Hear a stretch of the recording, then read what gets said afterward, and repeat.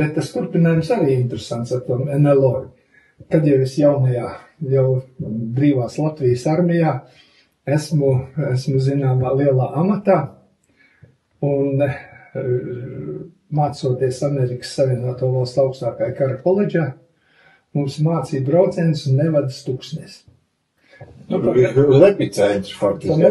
Pa nevadas tuksnes ir daudz dzirdēts, un es tajā laikā arī tajās publikācijās biju, ka tur ir notriekuši NLO, un tur ir tie cilvēciņi, viņi zaļi, un viņi tur ir visi. Un tagad nolaižoties ar lidmašīnu, sagaida viens zvaigžņu ģenerālis, un es jau kā puisis no Latvijas vienkārši, es viņam uzreiz, es saku, Džek, ka noteikti man parādīs tagad. Zaļie cilvēki. Viņš tā uz manis skatās kā uz muļķi, kas ko. Es saku, tas, ko jūs tur notriecāt, un kur jūs viņus likāt, tā kā parādu viss tās.